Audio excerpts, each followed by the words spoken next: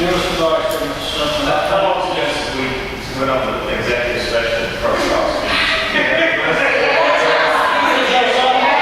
I don't know if we've ever been back. The statute, I can read it, I promise. The statute gives any member the right to ask that we close the meeting so that member can explain what the issue is, and so the other members can decide when we need an executive session. Once the issue is explained to all of you, then you come back out here and in public session you vote on whether or not to go into executive session. Now, sometimes if you want to talk about firing your city attorney, you might not want to say that in public, so you might want to have a closed session.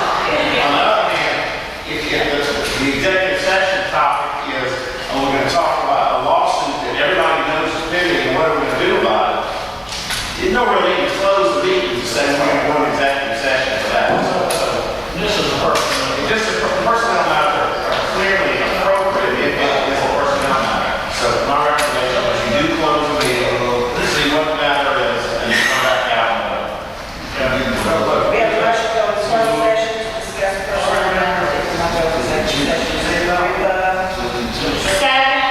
Okay, all in favor? Opposed, motion carries. All right. Closed session to discuss.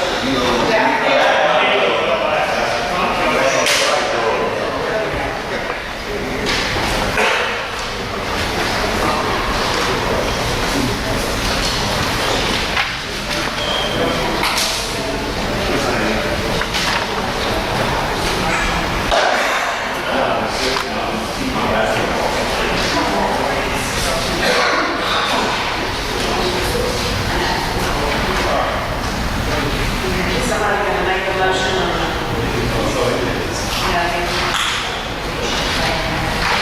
I move that we uphold the chief's recommendation. Thank you. All in favor? Abstain. Okay, roll call, Mr. Parker. Ms. Fontaine. Ms. Studion, Ms. Anderson, Abstain. Mr. Krueger. Mr. Lyson, and Mr. Hammond. Okay, we find the chief's recommendation accepted by the board. Okay, and Teresa didn't have to report, but we have some comments and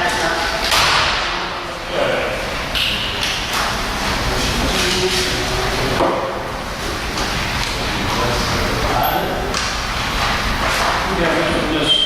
Thomas Sarton, 116 Gandy Circuit, flooding on Gandy Circuit. Yes, sir. I have just three questions, Your Honor. I come to a meeting back in 2001. You didn't tell me, you told me city didn't have the money to fix the problem on Gandy Circle. My house is now flooded. And I told you that. Yes, you did. Well, they wasn't paying me yet. Mr. Mack was all in the then, and he was all for fixing it.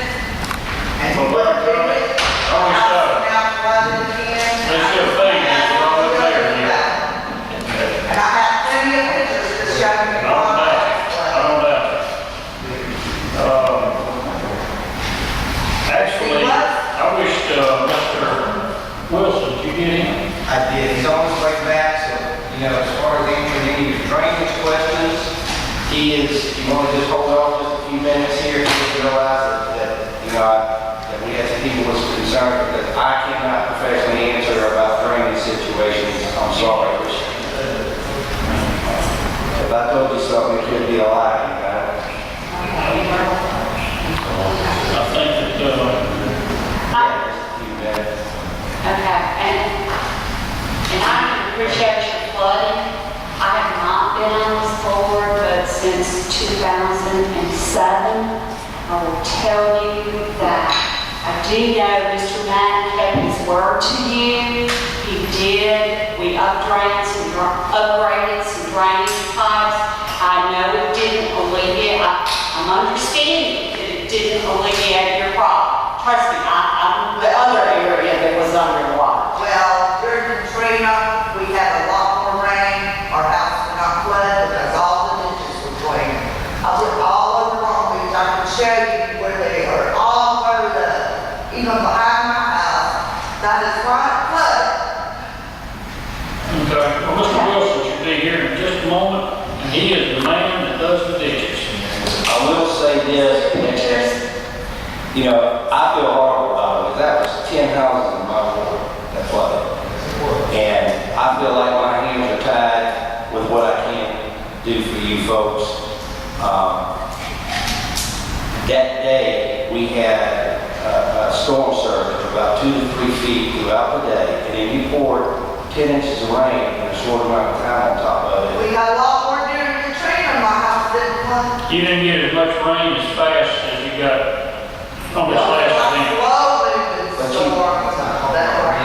Yeah, that was, you know, the people on the beach flooded, and it really, we didn't have, correct me if I'm wrong, here, as far as. And I'm not living in a flood zone.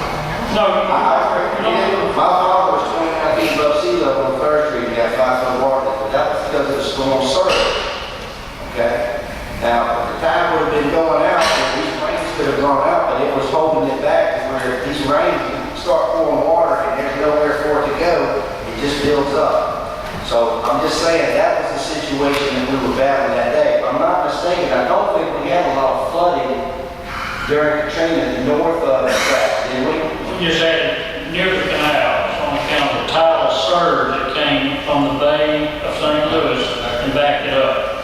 What happened, this last event happened the same thing. It might not have got Dandy Circle at that particular time as bad, but that tropical storm Allison, You're it right. happened in the late 90s. It did the same because it just dropped a bunch of rain all at one time, and the drainage system just cannot keep up with it. And we went in there, back when we talked about Dandy Circle. That was We 2001. We upgraded the pipes there, going under Alexander Road. I mean, really double the size of it to be able to get it out quicker. And it still didn't accommodate the amount of water that fell this last event. It's not just this time, every time it rains hard, our whole street floods. I know the street does, but it don't, and other streets flood also. It's just getting in houses is what's the killer. That's the big. You know, some streets flood, and we know they flood, it takes a 30, 45 minutes an hour. Correct, they changed out one little pipe across Alexander. But it wasn't one little pipe, it was a upsize, the only thing you could put there and still have a road cover on it. You know, as large as it would make They it. could widen the ditches behind our houses and deepen it. All right, Darrell, this is Gandy Circle, folks that are talking about the water I situation. leave my yard unfenced so they can get back there and swing it, it's still not gone. All right, Darrell, is there any, I'm not trying to put you on the spot, but I don't know what to answer, you know what I mean? Okay, it's the same situation with that. When we addressed this problem back when you said a while back, you put that large, I think it's 48-inch pipe in there. The problem is, when you get through that 48-inch pipe, it goes over the whole Bass Road, and you're entering into a culvert that's at about 50% of the capacity it needs to be. And that is the same situation all the way down, probably past Railroad Street. In this flood, we went all the way to Highway 90 to the outfall and traced this drainage basin back up to Gandy Circle. And every culvert, without exception, was operating at capacity. There was nothing inhibiting the flow, it was taking all it would take.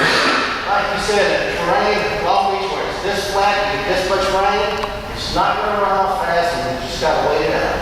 And you're not gonna tell me all this stuff has something to do with it. I'm gonna tell you, everything was running at 100% capacity. And you You know, know, and here we are talking about not having enough money to do stuff, yet this board still wants to revisit gaming, which would generate millions of dollars for the city I to agree. do the work. That's ridiculous. And it's, All right, one of the things that I want to say, you got also, the house on Pass Road probably had a good 2 foot of leaves and debris pushed up against it. We have to understand, when you're getting that much rain that fast, it's pulling everything. And it's going to flow to the canal, and when it eventually goes down, it's going to be in those ditches. I understand you're saying that, but I think, because I know a lady had called me about 5 or 6 months previously, and they had gone out and cleaned the ditch. Now, maybe it had grown back up or some things had happened, but when that rain comes, it's pulling everything off. yards, the streets, and everywhere, just throwing it right into the ditches. But he said that they went and checked the flow, and they were flowing at 100% capacity. That means that water was coming out as fast as it could come out, but it just couldn't hold. Well, there's still water standing in our ditch and it's not moving. But we can, all right, Ms. Sarton, we have, Mr. Sarton, Thomas, did you want to talk to, or is she talking for both? Okay, we have Ken Baker, 110 Ganges, sir. Thank you, Mr. Mayor. I'd like to, first of all, say thanks to my husband for coming out. I own a house at 110 Ganges. It also flooded, approximately 4.5 to 5 inches of water. Obviously, a lot of rain. And as was indicated, all the ditches currently are at capacity.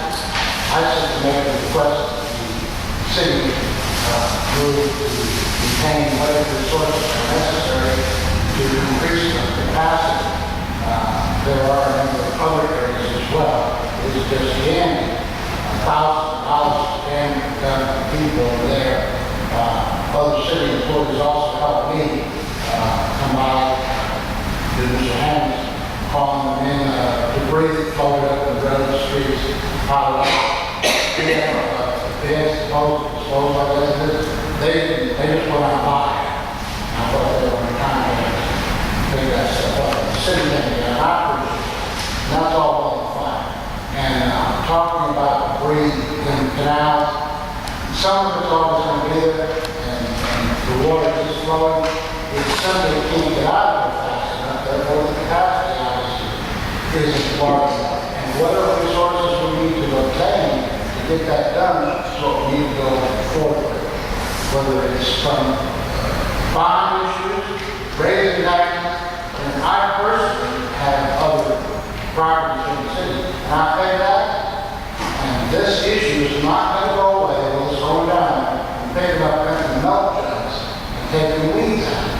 And we can do that, and that's all well and fine. But when the water is standing up to and coming into my truck on the road, the water's not leaving, and that means capacity. Large rainfall, it happens a lot. And sometimes you have to get water in and out of the house. I know of at least 5 or 6 houses that flood. Thank you. This up time, thank you.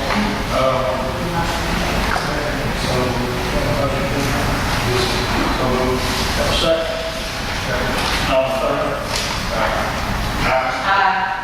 All in favor? Motion carried. Turn your lights off, guys. Yes, ma'am.